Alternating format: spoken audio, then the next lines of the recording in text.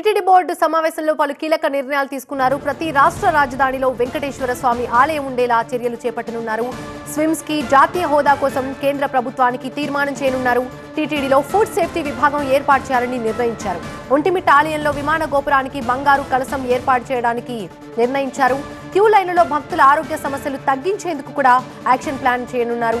Stretchers, నర్సులు, డాక్టర్లు, ఇతర ఉద్యోగుల నియామకం కూడా చేపట్టే అవకాశాలు కనిపిస్తున్నాయి.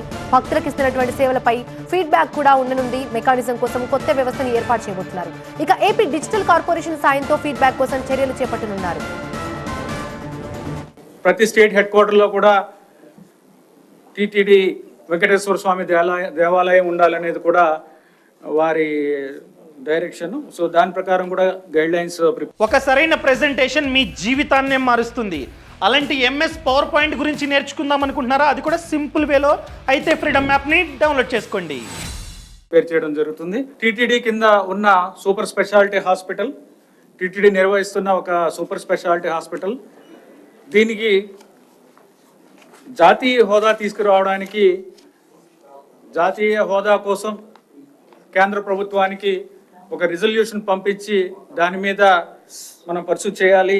కేంద్ర ప్రభుత్వాన్ని రాష్ట్ర ప్రభుత్వం ద్వారా మనము ఒక విజ్ఞప్తి పంపించాలనేది కూడా ఒక నిర్ణయం చేయడం జరిగింది. ఒక ఫుడ్ సేఫ్టీ విభాగాన్ని ప్రారంభించాలనేది ఇవాళ ఒక మంచి నిర్ణయం టీటీడీ బోర్డు తీసుకోవడం జరిగింది. దీని ద్వారా ఒక నలుగురు competent qualified technical persons food safety act కానీ లేకపోతే ఏ విధమైన స్టాట్యూటరీ ప్రొవిజన్స్ ఉన్నాయో అవన్నీ కూడా చట్టపరంగా ఏమేమి చేయాలో అవన్నీ కూడా కరెక్ట్గా జరుగుతున్నాయా లేదా అవన్నీ తీసి మాకు ఇంటర్నల్గా మనకు ఒక ఫీడ్బ్యాక్ ఇచ్చి దాని మీద కరెక్టివ్ యాక్షన్ తీసుకునేలాగా ఎవరికి కూడా హెల్త్ పరంగా లేదా హైజీన్ పరంగా ఇబ్బంది లేకుండా చేయాలనే ఉద్దేశంతో ఈ ఫుడ్ సేఫ్టీ డిపార్ట్మెంట్ కూడా ప్రారంభించాలనేది కూడా ఈరోజు మంచి నిర్ణయం తీసుకోవడం జరిగింది. ఒంటిమిట్టలో కోదండరామ ఆలయంలో విమాన గోపురానికి 43 లక్షలతో బంగారు కలశం కూడా ఏర్పాటు చేయడానికి కూడా నిర్ణయం తీసుకోవడం జరిగింది.